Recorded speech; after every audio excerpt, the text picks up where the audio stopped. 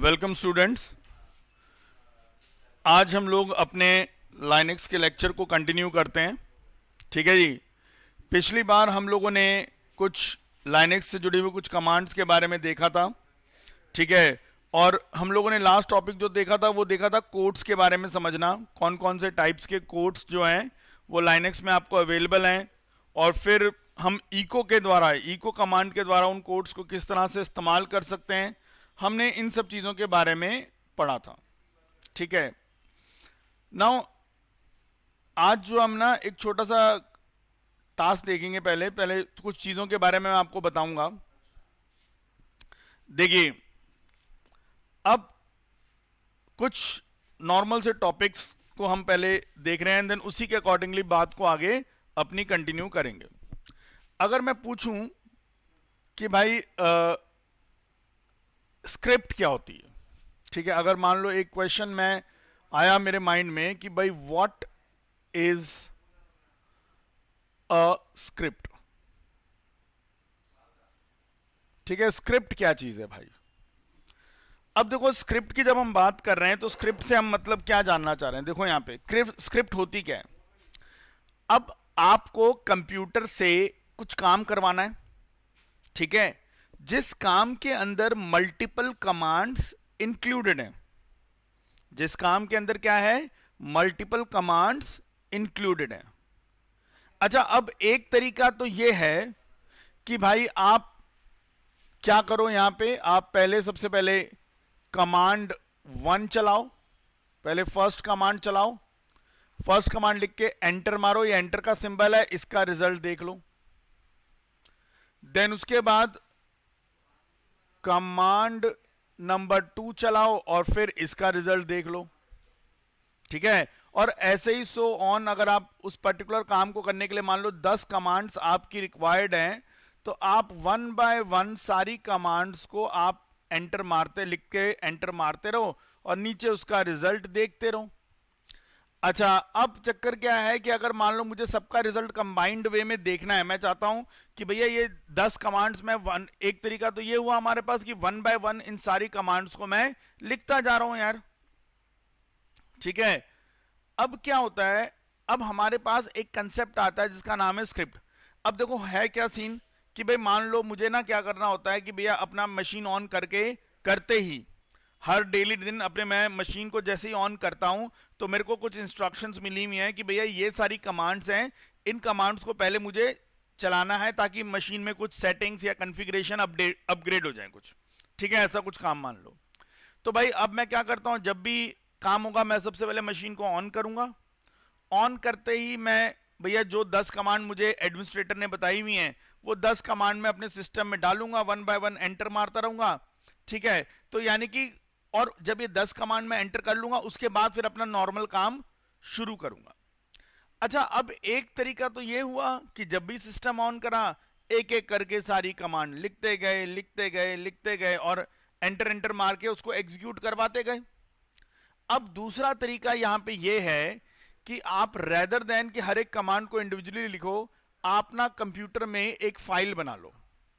क्या बना लो, एक फाइल बना लो और इस फाइल के अंदर अपनी सारी जितनी भी कमांड है, कमांड 1, कमांड 2, ठीक है, उसके बाद जैसे मान लो जितनी भी 10 कमांड है तो सपोज मान लो कमांड 3 और सारी मतलब 10 कमांड जो हैं वो सारी मैंने इसके अंदर डाल दी, कमांड नंबर 10।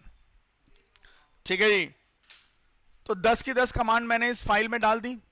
अब क्या होगा कि यार अब मैं जब भी कभी अपना सिस्टम ऑन करूंगा तो मैं सीधा सीधा क्या करूंगा, ये वाली फाइल जो है इस पर्टिकुलर फाइल को मैं क्या कराऊंगा, एग्जीक्यूट करवा दूंगा, या ये कह लीजिए रन करवा दूंगा। तो जब मैं इस फाइल को एग्जीक्यूट कराऊंगा या रन कराऊंगा तो सिस्टम क्या करेगा, सिस्टम ऑटोमेटिकली इसकी एक एक काम, एक एक लाइन को एग्जीक्यूट करेगा। सिस्टम इसके फाइल की लाइन बाय लाइन, ठीक है, लाइन बाय लाइन इस फाइल की क्या करेगा, वो एग्जीक्यूशन करेगा। यानी कि अब इस फाइल के अंदर जितनी कमांड्स दे रखी है उन कमांड्स को सिस्टम अपने आप ही 1 बाय 1 एग्जीक्यूट करता रहेगा, यानी कि मुझे बार बार अब लिखने की जरूरत नहीं पड़ेगी। तो एक बार मैंने ये फाइल बना दी, सारी कमांड्स उसके अंदर डाल दी। अब जब भी मैं सिस्टम ऑन करूंगा तो मैं सबसे पहले सिर्फ एक ही काम करूंगा, और वो काम क्या करूंगा, इस पर्टिकुलर फाइल को एग्जीक्यूट करवाऊंगा, या ये कह लो इस पर्टिकुलर फाइल को रन करवाऊंगा। और जैसे मैं इस पर्टिकुलर फाइल को एग्जीक्यूट करवाऊंगा या रन करवाऊंगा तो होगा क्या, सिस्टम मेरे इस फाइल के अंदर जितनी भी लाइंस मौजूद है उन लाइंस को वन बाय वन एग्जीक्यूशन कर देगा, यानी लाइन बाय लाइन हर एक को एग्जीक्यूट करके दे देगा। तो जो काम मुझे परफॉर्म करवाना था वो सारा हो जाएगा वन बाय वन सारा। ठीक है, तो ये जो फाइल मैंने बनाई यहां पे, जिसके अंदर मैंने अपनी सारी कमांड्स डाल दी, इसको हम कहते हैं स्क्रिप्ट। ठीक है, क्या कहते हैं, स्क्रिप्ट। तो यहां पे आप कह सकते हो कि भैया व्हाट इज अ स्क्रिप्ट। तो मान लो हमने बोल दिया a script is a file, ठीक है, that consist of set of commands or instructions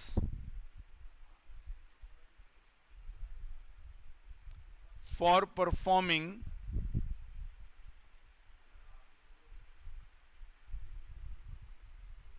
specific task। तो भाई कोई स्पेसिफिक टास्क हमें परफॉर्म करना है, तो उस टास्क को परफॉर्म करने के लिए हमने एक फाइल बनाई, और उस फाइल के अंदर वो सारी कमांड्स, वो सब स्टेटमेंट, इंस्ट्रक्शन सब लिख दी जो उस काम को करने के लिए जरूरी थी। तो इसको हम लोग क्या कहते हैं, इसको हम कहते हैं स्क्रिप्ट फाइल। अच्छा, अब देखो ये स्क्रिप्ट फाइल जो है ना, अब इस स्क्रिप्ट फाइल को रन करने के भी दो तरीके हैं। ठीक है, अब देखें, अब हमें ये समझ में आ गया कि हाँ भाई, अगर कोई ऐसा काम है जो मुझे सिस्टम्स में बार बार करना होता है, तो रेदर देन मैं उस काम की हर बार कमांड लिख लिख के करूं, उससे बेटर क्या मैं एक फाइल बना दूं और उस फाइल में सारी वो कमांड्स डाल दूं, ठीक है, और उसको सेव कर दूं। अब मुझे सिर्फ करना क्या होगा कि जब भी मुझे वो काम करना है तो मैं क्या करूंगा, सिर्फ उस फाइल को रन करूंगा, और उस फाइल के अंदर जितनी भी कमांड्स लिखी हैं सिस्टम ऑटोमेटिकली उन सारी कमांड्स को अपने आप ही रन कर देगा। ठीक है, अच्छा अब देखें यहां पे, जब मैं अपनी स्क्रिप्ट फाइल को, ठीक है, जब मैं अपनी स्क्रिप्ट फाइल को रन करने के बारे में बात करूं, ठीक है, किसके बारे में बात करूं, रन करने के बारे में बात करूं, तो भाई अब दो तरीके हैं इसको रन करने के लिए। एक तरीका है मैनुअल, ठीक है, और एक तरीका है ऑटोमेटिक। ठीक है जी, दो तरीकों की बात करी हमने यहां पे। एक तरीका क्या बोला जी, स्क्रिप्ट फाइल को रन करने का एक तरीका है मैनुअल, और दूसरा तरीका है ऑटोमेटिक। अच्छा, मैनुअल तरीके का मतलब क्या है कि यार मैंने तो फाइल बना के रखी हुई है, अब मैं क्या करूंगा, उस पर्टिकुलर फाइल को एग्जीक्यूट करने के लिए जो भी कमांड होगी वो कमांड लिखकर उस फाइल का नाम दूंगा और एंटर मारूंगा, और सिस्टम मेरी उस फाइल को क्या कर देगा, एग्जीक्यूट कर देगा। लेकिन वो फाइल एग्जीक्यूट कब हुई, जब मैंने कमांड लिखी। ठीक है, यानी कि मान लो मेरी कोई फाइल है abc.sh करके कोई फाइल है, और मान लो मुझे इसको रन करना है तो मैंने ./sh करके, जैसे जो मेरा रूट वाला होता है, ठीक है ना, प्रॉम्प्ट आता ना, मैंने मान लो वहां पे लिख के इसको रन करवा दिया। लेकिन ये किसने लिखा, ये यूजर ने टाइप किया ना। ठीक है, ये कमांड किसने टाइप करी, यूजर ने टाइप करी। जब यूजर ने टाइप करी कमांड, तभी तो सिस्टम ने इस पर्टिकुलर वाली फाइल को क्या करा यार, एग्जीक्यूट करवाया। ठीक है, तो ये तरीका कौन सा हो गया, मैनुअल। मैनुअल में मतलब हम खुद ही लिखेंगे और कमांड लिख के हम बताएंगे जी ये वाली फाइल को एग्जीक्यूट कर दो हमारा। ठीक है, तो ये सिस्टम इस पर्टिकुलर फाइल को क्या कर देगा, एग्जीक्यूट कर देगा। एक मिनट, ये एसएच नहीं लिखेंगे यहां पे,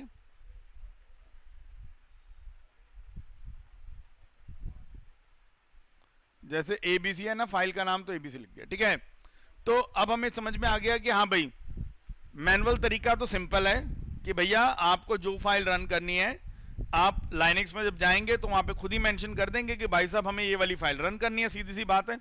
और जब आपकी तरफ से इंस्ट्रक्शन जाएगी कि रन दिस फाइल, तो सिस्टम ऑटोमेटिक, सिस्टम तो ऑब्वियसली इसको रन कर ही देगा। नाउ अब बात आ रही है हमारे पास किसकी, ऑटोमेटिक की। ऑटोमेटिक का मतलब है कि मैं अब सिस्टम को बोलूंगा नहीं कि भाई एग्जीक्यूट कर, सिस्टम अपने आप ही फाइल को एग्जीक्यूट कर देगा। अब हमने कहा कि भाई ये सिस्टम अपने आप ही फाइल को कैसे एग्जीक्यूट कर देगा भाई, ठीक है, हमने कुछ बोला नहीं, इसको कुछ काम करने के लिए कहा नहीं, अपने आप ही एग्जीक्यूट कर देगा कैसे।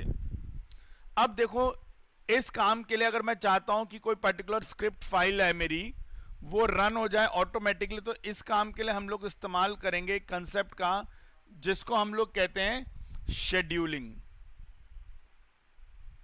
ठीक है, क्या कहते हैं हम लोग, शेड्यूलिंग। अब शेड्यूलिंग का मतलब है कि भैया मैंने एक टाइम पीरियड सेट कर दिया, ठीक है, और उस टाइम पीरियड को सेट करने के बाद वो काम ऑटोमेटिकली हो जाएगा। अब तुम्हें एक छोटा सा एग्जांपल देता हूं। देखिए, मोबाइल फोन है, आप सब लोग मोबाइल फोन यूज करते हैं, ठीक है। अच्छा, मोबाइल फोन में जैसे मान लो मेरे पास ये मोबाइल फोन है। अच्छा, अब मुझे ना इसमें ना अलार्म सेट करना है, ठीक है, सुबह उठना होता है जी, तो ऑब्वियस बात है मोबाइल फोन में हम अलार्म सेट करेंगे, ठीक है, मोबाइल फोन में क्या करेंगे, अलार्म सेट करेंगे हम लोग। अच्छा यार, एक देखो सिंपल सी बात है यार, अलार्म जब हम सेट करते हैं तो जैसे मान लो मैंने अलार्म सेट कर दिया सुबह 5:35 का, कि भाई सुबह 5:35 में ये अलार्म बज जाए, ठीक है जी। तो मैंने एक टास्क यहाँ पे शेड्यूल कर दिया, एक टास्क सेट कर दिया कि भाई ring the alarm eight 5:35 AM। अब यहां पे ऑप्शन होता है कि भैया क्या आपको इसको एक बार करना है वंस, या आपने इसको डेली या मल्टीपल टाइम्स जो भी है वो करना है, ठीक है। अगर मैंने इसको वंस चूज किया तो क्या होगा यार, ये अलार्म सिर्फ कल ही बजेगा, ठीक है। ये अगर मैंने उसको वंस चूज किया तो इसमें क्या होगा कि ये 5:35 का जो अलार्म है वो मेरे मोबाइल में सिर्फ कब बजेगा, सिर्फ कल बजेगा, ठीक है। लेकिन अगर मैंने डेली चूज कर दिया तो क्या होगा, हर दिन सुबह 5:35 पर मेरे मोबाइल में अलार्म बजने वाला का टास्क परफॉर्म हो जाएगा, ठीक है। तो ये एक तरह से क्या है, शेड्यूलिंग ही तो है। अगर मैं वंस कर दूंगा तो क्या होगा, ये टास्क एक बार परफॉर्म होगा, पर मैंने इसको शेड्यूल कर दिया कि हाँ भाई ये वाला टास्क है, एक बार करना है बस, ठीक है। डेली शेड्यूल कर दिया कि भैया अब डेली इतने बजे ऑटोमेटिकली ये अलार्म रिंग होने वाला टास्क परफॉर्म हो जाए, ठीक है।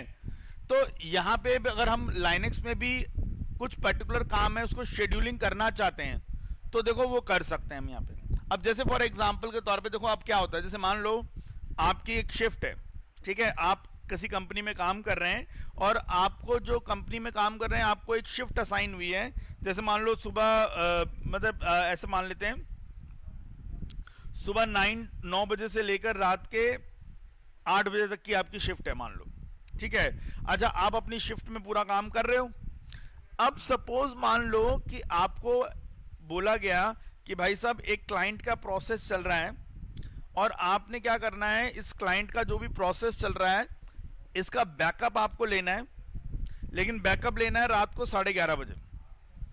अब हमने कहा यार ये अजीब बात कर रहा है यार, 8 बजे मेरी शिफ्ट खत्म हो जाती है और बैकअप लेने के लिए कह रहा है रात को 11:30 बजे। अबे यार बैकअप लेने के लिए तो फिर मुझे भी 11:30 बजे रुकना पड़ेगा, ठीक है ना, क्योंकि भाई सीधी सी बात है ना, बैकअप लेना है तो मुझे भी तो होना चाहिए, बैकअप लूंगा कैसे। अच्छा अब इस तरह के केसेस को कैसे सॉल्व कर सकते हैं, देखो अब आपने कहा कि भाई मैं तो 8 बजे जा रहा हूं, मेरी शिफ्ट तो 8 बजे खत्म हो जाएगी, लेकिन जो टास्क मुझे परफॉर्म करना है वो रात 11:30 बजे होना चाहिए। तो अब आप क्या करोगे, उस टास्क को परफॉर्म करने का कोड लिख दोगे या स्क्रिप्ट फाइल बना दोगे और शेड्यूल कर दोगे कि भैया सिस्टम को बता दोगे कि भाई साहब रात के ठीक 11:30 बजे आपने स्क्रिप्ट फाइल को क्या करना है, रन करना है। तो ये आपने क्या कर दिया, एक शेड्यूल कर दिया ना, कि आपने सेट कर दिया ये पर्टिकुलर प्रोग्राम को कि सिस्टम भैया ये पर्टिकुलर प्रोग्राम को रात के 11:30 बजे चला दियो, ठीक है। तो भाई आपकी सर्वर मशीन ऑन रहेगी, तो आप भैया चले भी जाओ कोई बात नहीं, रात के ऐसे 11:30 बजेंगे, आपने इंस्ट्रक्शन डाली रखी है, वो ऑटोमेटिकली क्या करेगा, रात के 11:30 बजे उस फाइल को रन कर देगा और उससे जो जो बैकअप लेने का स्टेटमेंट सारी आपने उसके अंदर लिखी हुई है तो वो सारी स्टेटमेंट परफॉर्म हो जाएंगी और जो जो क्लाइंट के प्रोसेस का बैकअप था वो सारा हो जाएगा। अच्छा, अगर मान लो कोई रिक्वायरमेंट ऐसे आई कि भाई क्लाइंट कहता है जी मेरे जो प्रोसेस है डेली उसका बैकअप होना चाहिए। क्या होना चाहिए? डेली डेली उसका बैकअप होना चाहिए। अच्छा, और हमें इंस्ट्रक्शन दे दी कि हर रात को 9 बजे बैकअप हो जाए। तो भाई अब हमने क्या बोला, अब हम क्या करेंगे यार, वही शेड्यूलिंग करेंगे, बट शेड्यूलिंग में अब हम यहाँ पे क्या कर देंगे, उसको डेली का टास्क दे देंगे। ठीक है, शेड्यूलिंग में अब वंस की बजाय हम क्या टास्क दे देंगे, डेली का। तो अब वो क्या करेगा, रोज डेली डेली क्या करेगा, आपके काम को शेड्यूल कर देगा। यानी कि ठीक 9 बजे जो भी उस सिस्टम का बैकअप लेना है, जो भी डेटा का क्लाइंट के प्रोसेस का बैकअप लेना है, वो सारा बैकअप का काम ये अपने आप ही आपका परफॉर्म कर देगा। तो ये शेड्यूलिंग का काम करने के लिए हमारे पास दो तरह की कमांड्स हैं लाइनेक्स के अंदर। एक कमांड है जिसका नाम है एट, ठीक है, एक कमांड है जिसका नाम क्या है, एट, और एक और कमांड है जिसका नाम है क्रॉन टैब। दो कमांड्स होंगी हमारी। एक कमांड हमारे पास है एट कमांड और दूसरी कमांड कौन सा है, क्रॉन टैब कमांड। ठीक है, तो यहां पे एट का मतलब क्या हुआ, आप देखो एट की अगर मैं बात कर रहा हूं यहां पे एट, तो एट कमांड में हमारे पास क्या कंसेप्ट आया है, देखो एट कमांड का मतलब है एट अ टाइम ओनली। ठीक है, इसका मतलब हो गया एट अ टाइम ओनली, कि भाई जो आपने टाइम बोला उस टाइम पे उस काम को कर देना है। आपका जो भी काम होगा, जैसे अगर आपने कोई पर्टिकुलर कमांड बोली है तो भाई साहब उस कमांड को कर दो, या अगर आपने सपोज मान लो कमांड नहीं बोली या कोई स्क्रिप्ट फाइल बोली है कि यार ये स्क्रिप्ट वाली मेरी फाइल है इसको रन कर दो, तो ये रन कर देगा। ठीक है, अच्छा, और ये क्या होगा, इससे जो भी काम चलेगा वो क्या होगा, एक ही बार चलेगा। ठीक है, तो यानी कि work will be done once at a time. ठीक है, और एक बार करने के बाद, एक बार उस काम को कर लिया, काम करने के बाद this will automatically stop, will automatically stop after completion of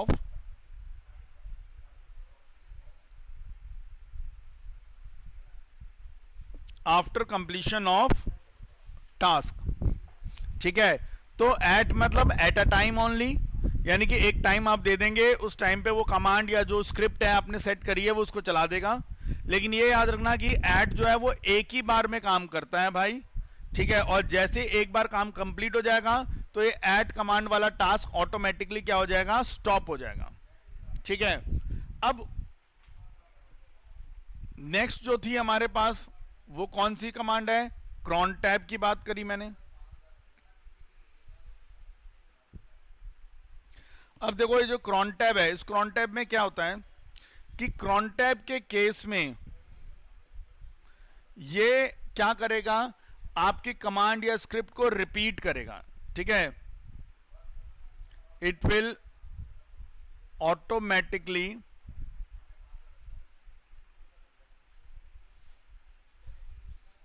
execute specified command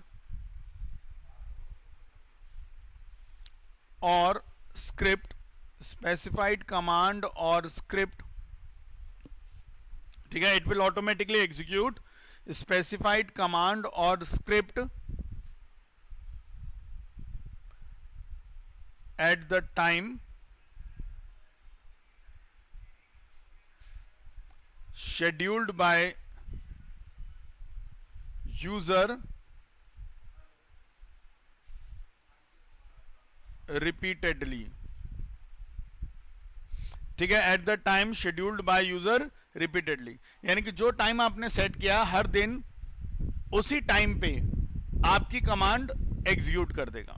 तो it will automatically execute specified command और script at the time scheduled by user repeatedly. ठीक है, लगातार उसको करता रहेगा। जब तक कि मैं खुद इसकी एंट्री ना हटा दूं। ठीक है। अच्छा, अब जरा मैं अपनी एक लाइनक्स मशीन ओपन करता हूं एंड देन थोड़ा सा इसको भी टेस्ट देखते हैं जरा चला के कि भैया क्या होता है इसके अंदर, क्या नहीं होता। तो पहले जरा अपना ये लाइनक्स मशीन ओपन कर लेते हैं हम लोग।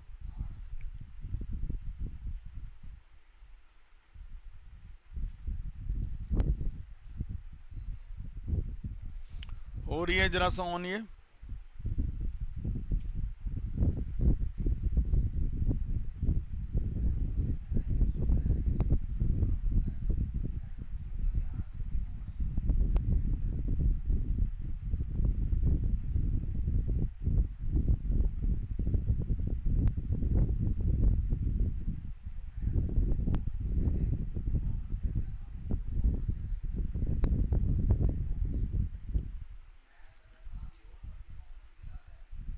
ठीक है, नॉट लिस्टेड पे जाते हैं अपना, यहाँ पे यूज़र नेम दे दिया,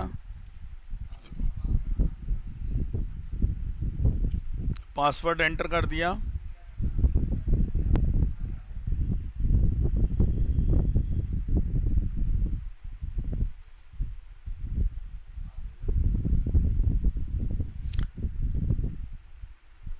ठीक है जी, और ज़रा ये इसका स्क्रीन भी बड़ा कर दिया। ठीक है। अच्छा, अब ज़रा दो कमांड्स की बात हुई है हमारे सामने। एक कमांड है ऐट और दूसरी कमांड कौन सी है हमारे पास, क्रॉन टैब। ठीक है। अब मान लो अगर मुझे सिस्टम में चेक करना है कि भाई कोई शेड्यूलिंग करी हुई है कि नहीं करी हुई, तो मैं यहाँ पे चेक करने के लिए लिख दूंगा ATQ ऐट कमांड की मैंने क्यूरी करी, बट यहाँ पे कुछ रिजल्ट नहीं आया। बट देखो कमांड में एरर नहीं है, कमांड तो सही है हमारी, पर ऐड क्यू में कोई एरर, कोई मैसेज क्यों नहीं आया? क्योंकि भाई अभी सिस्टम के अंदर कोई सी भी मतलब ऐड के द्वारा शेड्यूलिंग नहीं करी गई है। अच्छा, अगर मैं चाहता हूँ क्रॉन टैब के द्वारा शेड्यूलिंग हो रखी है कि नहीं, तो मान लो मैंने लिखा क्रॉन टैब -L, तो क्या आ रहा है, no crontab for root, यानी कि रूट यूजर के लिए भी कोई सा भी क्रॉन टैब वाली शेड्यूलिंग नहीं हो रखी। ठीक है। अच्छा, अगर मैंने कहा कि कोई पर्टिकुलर यूजर है, मैं उसका चेक कर सकता हूं कि उस यूजर की कोई शेड्यूलिंग है कि नहीं है। ठीक है। अब मैंने लिखा जी यहाँ पे क्रॉन टैब -L-U।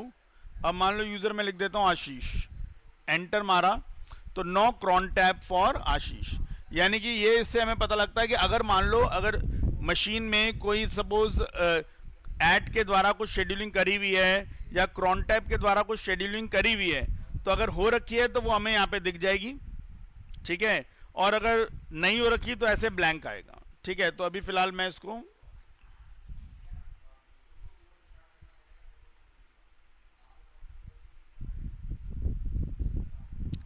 ठीक है, ये आ गया, इसको मैं जरा एक नई शीट पे लगा देता हूँ।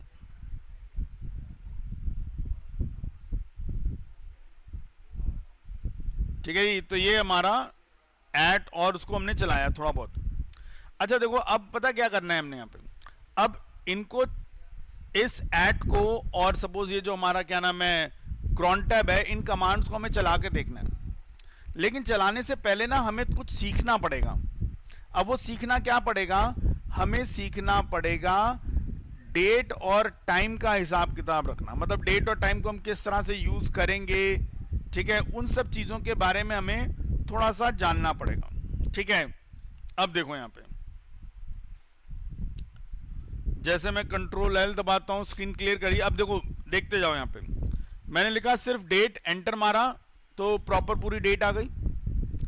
अच्छा, अगर मैं लिखता हूं डेट %H, सॉरी एक मिनट, डेट प्लस %H, एंटर मारा, एक मिनट यार, ओके ओके,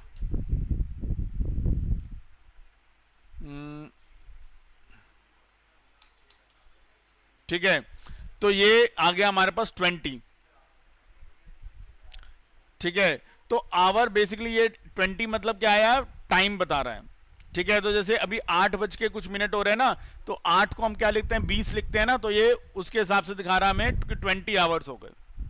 अच्छा, अगर मान लो मैंने क्या लिखा है यहाँ पे, इसी को लिखता हूँ और इसके बाद में परसेंटेज एम, तो देखो 2043, तो आवर्स और मिनट भी दिखा दिया इसने यहाँ पे। और अगर मान लो मैं यहाँ पे कर देता हूँ परसेंटेज एस, अच्छा एक काम करता हूँ यहाँ पे बीच में मैं कोलन भी लगा देता हूँ ठीक है, ताकि थोड़ा ठीक से नजर आए। एंटर मारा तो देखो 20:43:38, तो यानी कि 8:43 चल रहा है यहाँ पे। और देख लो यहाँ पे, अब मान लो मैंने डेट लिखा और इस बार यहाँ पे परसेंटेज लगा दिया मैंने ए, एंटर मारा, देखो आ गया, डेट आ गया, थर्सडे आ गया, स्मॉल ए लिख दिया। उसमें देखो अगर कैपिटल लिखूंगा तो पूरा डे का नाम जो है वो पूरा आएगा, दैट इज थर्सडे, और स्मॉल लिखूंगा तो शॉर्ट नेम आ जाएगा उसका।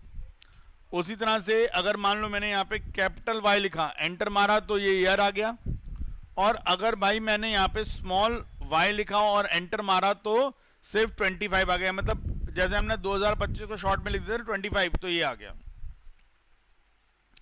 अच्छा यहाँ पे परसेंटेज डी लगा दिया, तो देखो पूरा डेट आ गया, 9/11/25 लिखा हुआ है, ठीक है। तो ये अब कैसे फॉर्मेट में आया है कि पहले भैया आ रखा मंथ, फिर डेट, फिर ईयर, ठीक है, मंथ, डेट और ईयर। अगर मैंने यहाँ पे स्मॉल डी दे दिया, एंटर मारा, तो देखो सिर्फ क्या आ गया, सिर्फ डेट आ गई लिख के हमारे पास, ठीक है। तो हमने यहाँ पे क्या देखा कि भैया ये जो है इस तरह से हमारा ये काम होता है।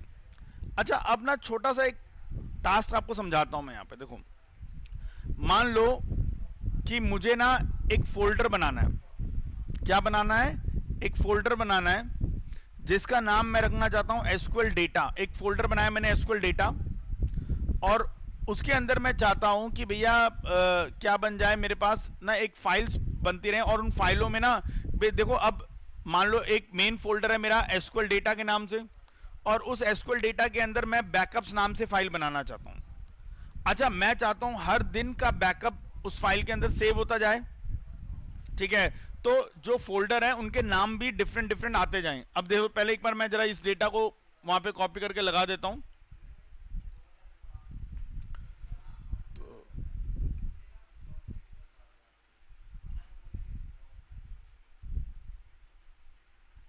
ठीक है, ये हो गया। और एक बार मैं इसको यहां लगा देता हूं, पेस्ट, ठीक है, ये हो गया हमारा।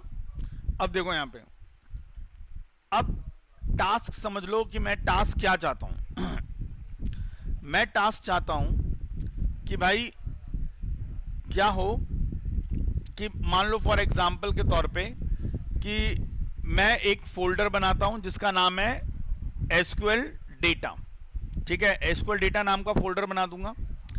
अब मैं चाहता हूं कि भैया इस फोल्डर के अंदर अलग अलग दिन का बैकअप्स, अलग अलग टाइम का बैकअप्स मेरे पास पड़ा रहे। जैसे मान लो कोई पर्टिकुलर प्रोसेस है और प्रोसेस वाले ने मुझसे बोला कि भाई साहब मेरे जो टास्क का बैकअप होना चाहिए। अच्छा बैकअप क्या होना चाहिए, बैकअप इस तरह से भाई मान लो हर 15-15 मिनट बाद एक बैकअप उसका अलग से स्टोर होना चाहिए, यानी कि जैसे मान लो 8 बजे का एक फाइल एक फोल्डर बन जाए जिसमें 8 बजे तक का बैकअप हो, फिर एक और फोल्डर बन जाए जिसमें 8:15 का बैकअप हो, फिर एक और फोल्डर बन जाए जिसमें 8:30 का बैकअप हो। तो भाई साहब अब ये अलग अलग फोल्डर्स कैसे बनाऊंगा, क्योंकि भैया अब मैं उसमें ऐसा तो नहीं बनाता रहूंगा ना बैकअप 1 बैकअप 2, क्योंकि भाई अब उसमें कल को भाई ऐसे तो बैकअप वाले बड़े सारे फोल्डर बन जाएंगे, क्योंकि अगर हर 15-15 मिनट बाद उसे बैकअप बनाना है तो क्या होगा भाई, ऐसे 1 घंटे के अंदर ही 4 फोल्डर बन गए, तो भैया 9 घंटे की शिफ्ट है, ऐसे तो बहुत सारे फोल्डर बन जाएंगे। तो अब मैं चाहता हूं कि जब भी फोल्डर बनाऊं मैं इसके अंदर, उस फोल्डर के अंदर क्या हो कि भैया डेट टाइम मतलब सब कुछ इस तरह से हो कि मैं आराम से उनको डिफरेंशिएट कर सकूं। तो चलो जी अब इस टास्क को मैं परफॉर्म करके दिखा रहा हूं आपको, ठीक है। तो पहले Ctrl L करके पहले स्क्रीन क्लियर कर लेते हैं भाई अपना। अब देखो जी पहले मैंने क्या करा, MKDIR और यहां पे कर दिया SQL डेटा, एक फोल्डर बना दिया जिस नाम से SQL डेटा के नाम से, ठीक है। तो भैया क्या होगा, SQL डेटा के नाम से क्या बन गया, एक फोल्डर बन गया। अच्छा, अब मैं क्या चाहता हूं, जैसे अब मैं अगर सपोज अभी ls करूंगा SQL डेटा को, तो भाई साहब यहां अभी फिलहाल कुछ नहीं आएगा। क्यों नहीं आएगा? क्योंकि यार अभी तो भाई ये क्या नाम है, SQL डेटा नाम से तो फोल्डर तो हमारा खाली है ना, उसके अंदर कुछ है भी नहीं हमारे पास। अच्छा चलो, अब मुझे क्या करना है, इस SQL डेटा नाम के फोल्डर के अंदर एक और फोल्डर बनाना है जिसका नाम मैं क्या रखूंगा, बैकअप। ठीक है, जिसका नाम मैं क्या रखूंगा, बैकअप। लेकिन मुझे बैकअप बनाते वक्त ध्यान रखना है कि भाई साहब देखो, बैकअप रखते हुए मुझे क्या ध्यान रखना है कि भाई मुझे जो बैकअप नाम का जो फोल्डर बनेगा उसमें डेट टाइम ये सब कुछ आना चाहिए, ताकि मैं अलग अलग फोल्डर जितने भी बनते जाएंगे उनके बीच में डिफरेंशिएट कर सकूं। तो देखो जी, हमने यहां mkdir SQL डेटा के अंदर बैकअप नाम का फोल्डर बनेगा डैश। अब इस बैकअप नाम के फोल्डर के साथ मैंने डॉलर और यहां ब्रैकेट के अंदर कमांड लिख दूंगा। देखो अब कैसे, मैंने यहां लिखा डेट, डेट कमांड अभी हमने चलाई थी, प्लस अब हमें पता है परसेंटेज के साथ उसमें हम चीजें लगाते रहेंगे। तो देखो पहले मैंने परसेंटेज लगाया इसके साथ, दैट इज b कोलन, फिर मैंने परसेंटेज स्मॉल d लगा दिया। ठीक है, अच्छा इसको लगाने के बाद मैंने फिर लिखा यहां पे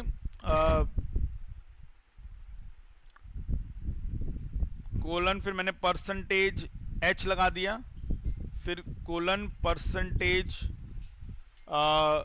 m लगा दिया, देन उसके बाद अगेन परसेंटेज और क्या लगा देते, सेकेंड्स भी लगा देते, चलो सेकेंड्स भी लगा दिया। ठीक है,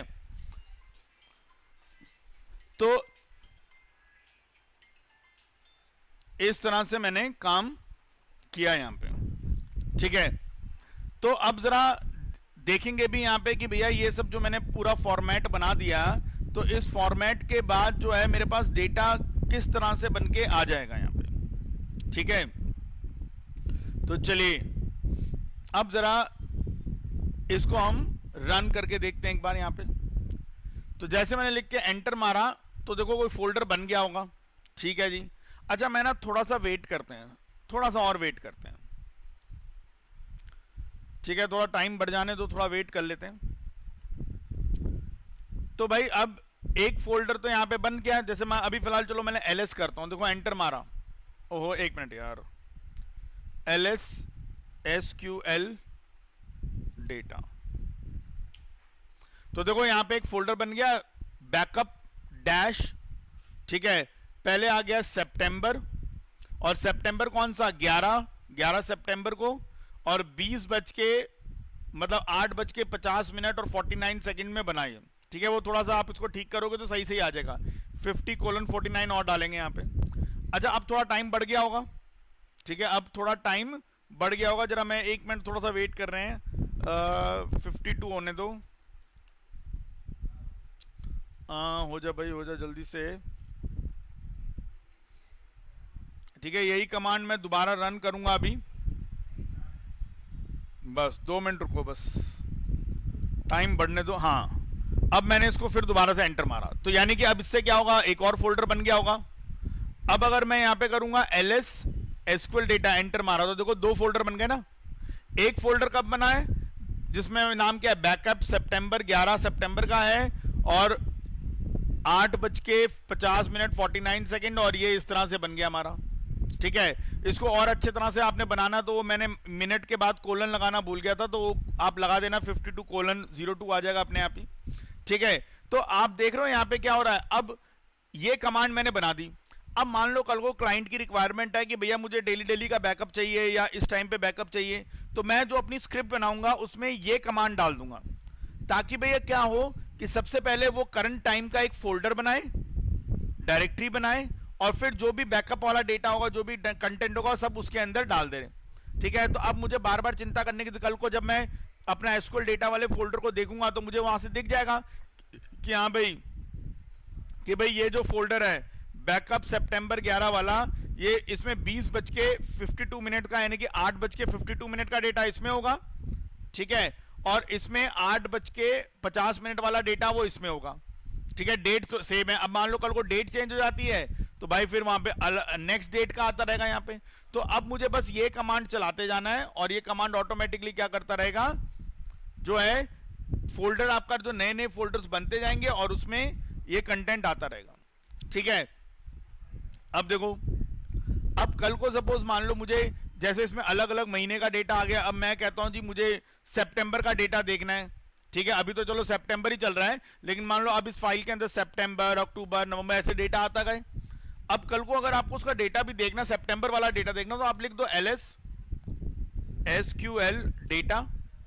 अच्छा, अब ls जब करेगा SQL डेटा, तो यहां पे मैंने लगा दिया पाइप सिंबल कि भाई SQL data, ls SQL data का रिजल्ट मुझे नीचे टर्मिनल पर ना दिखाए, बल्कि क्या करें, मैंने लिखा जी ग्रैब कर दे, -i इग्नोर केस कर दिया और यहां लिख दिया सितंबर। ठीक है, एंटर मारा, ये देखो, तो इसने मुझे क्या कर दिया, वो सितंबर के सारे डेटा दिखा देगा यहाँ पे। तो देखो, ये इस तरह से मैं यहाँ पे काम करके सारा चीजें अपनी एडजस्ट कर सकता हूँ। ठीक है, क्लियर है सब लोगों को? आई थिंक ये वाली बात तो सारी ठीक है। तो आप अपने हिसाब से जो भी फाइल को जो भी फॉर्मेट देना चाहें, you can give that format. तो ये हमें यहाँ पे रिक्वायर्ड इसलिए था क्योंकि भैया सिंपल सी बात है, कल को हम शेड्यूलिंग करेंगे तो हमें थोड़ा सा इस चीजों को भी ध्यान में रख कर चलना पड़ेगा। ठीक है, तो मैं जरा इसका स्क्रीनशॉट लेकर लगा देता हूं भाई, एक मिनट। ठीक है, ये जितना भी है ये सारा कुछ आप जो है ना प्रैक्टिस भी करते रहिएगा जी, बहुत जरूरी है। ठीक है, कहीं ऐसा ना हो कि आप प्रैक्टिस ना करें तो आपके पास पूरा बहुत ज्यादा बैकलॉग इकट्ठा हो जाएगा, फिर जो कि आपको आगे जाके दिक्कत करेगा।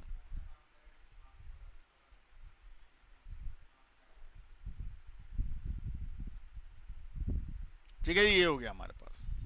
नाउ अब कुछ एक दो छोटी छोटी कमांड्स और हम समझ लेते हैं यहाँ पे। तो फिलहाल मैंने कंट्रोल L करा, स्क्रीन क्लियर करा। अच्छा देखो, एक कमांड है मेरे पास जिसका नाम है कैल। अब ये कैल कमांड किस लिए होती है, कैलेंडर, जो करंट कैलेंडर है मंथ का वो दिखा देगा हमें यहाँ पे। अच्छा, अगर ये तो अभी मुझे दिखा रहा है 2025 का कैलेंडर दिखा रहा है, मान लो मुझे 2024 का देखना है, तो लिखो कैल 2024, एंटर मारो तो देखो पूरा 2024 का इसने मुझे कैलेंडर दिखा दिया। ठीक है, अच्छा लेकिन मैं कहता हूं मुझे 2024 का नहीं देखना, मान लो 2024 के 6 मंथ का देखना है मुझे, तो मैं लिखूं मुझे कैल 6/2024, एंटर मारा, ये देखो जून का आ गया। ठीक है, तो छठा महीना 2024 का जो है उसका कैलेंडर मेरे सामने आ गया।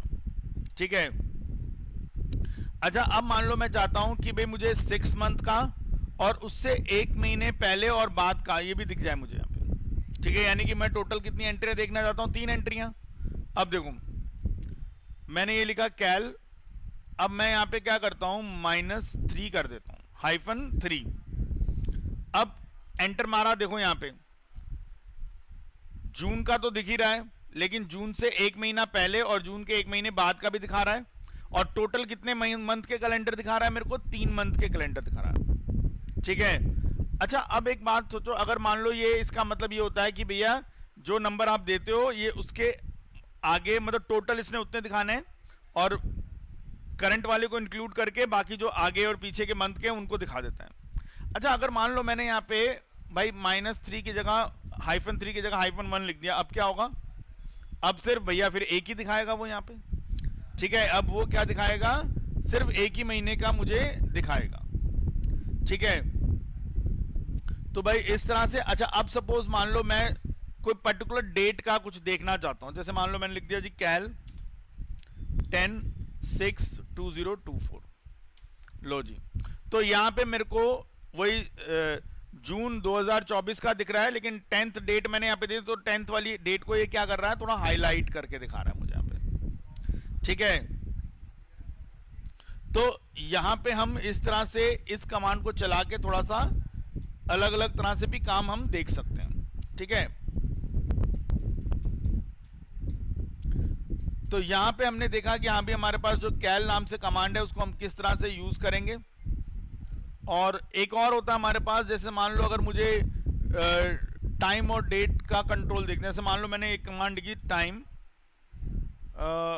डेट और CTL, time date CTL, enter मारा तो ये देखो भाई local time, universal time, RTC time, time zone हमारा ये चलता है ना एशिया कोलकाता वाला, तो वो सारी चीजें हमें यहाँ पे शो कर देगा। ठीक है, तो आप इस तरह से बाकी सब चीजें भी उठा के यहाँ पे अपना देख सकते हैं। तो ये जस्ट थोड़ा सा पता होना चाहिए कि यहाँ पे ये इस तरह से काम चलता हमारा। ठीक, तो चलिए आज हमने इसको यहीं पे फिनिश करते हैं। कल की नेक्स्ट क्लास के अंदर हम लोग फिर जो हम शेड्यूलिंग का मेन टॉपिक लेके चल रहे थे, जिसमें हमने एट और क्रॉन टैब के बारे में बात करी थी, तो हम जो है एट और क्रॉन टैब को समझेंगे। एट और क्रॉन टैब में अब हम काम करने लगे, क्योंकि देखो हमें डेट के हिसाब से थोड़ा मैनेजमेंट आ गया। ठीक है, कैलेंडर भी हमने देख लिया, और हमें एट और क्रॉन टैब का मेन पर्पस समझ में आ गया कि एट से आप कोई कमांड एक बार चलवा सकते हो, कोई कमांड या स्क्रिप्ट एक बार चलवा सकते हो एट अ पर्टिकुलर टाइम, लेकिन क्रॉन टैब से आप किसी कमांड या स्क्रिप्ट को किसी पर्टिकुलर टाइम पे डेली चलवा सकते हो। तो उसके लिए हम लोग किसका इस्तेमाल करेंगे, क्रॉन टैब का। ठीक है जी, तो आज फिलहाल इसको इतना ही करते हैं। नेक्स्ट क्लास के अंदर हम लोग जो आगे के ऑप्शंस हैं उनके बारे में सीखेंगे। तो मैं जरा ये एक काम करता हूं, कैलेंडर की जो जो कमांड्स हैं मैं एक बार बस उनको कॉपी करके वहां लगा देता हूं, ताकि आप खुद एक बार उन सब कमांड्स को ना एक बार खुद चला के देख लेना। ठीक है, तो मैं सिर्फ वो कमांड उठा उठा के लगा रहा हूं, तो बस आपने बाकी रन आपने खुद करके देख लेना एक बार उसको। ठीक है, और अगर किसी पर्टिकुलर ईयर का देखना है, ओहो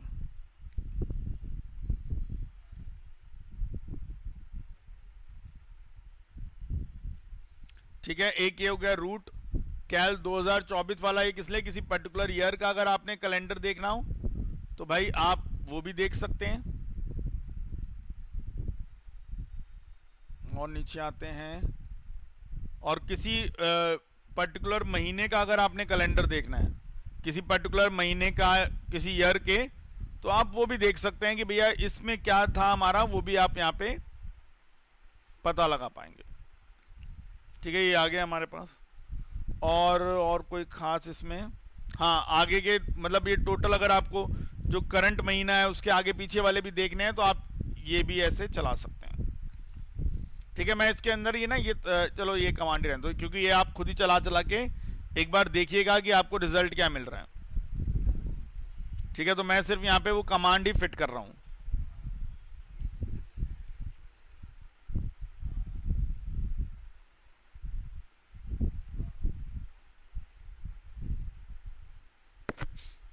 ठीक है जी, और क्या लिया है यहाँ पे, हाँ किसी पर्टिकुलर डेट का भी चलाना है तो भाई वो भी हमारे सामने पॉसिबिलिटी है।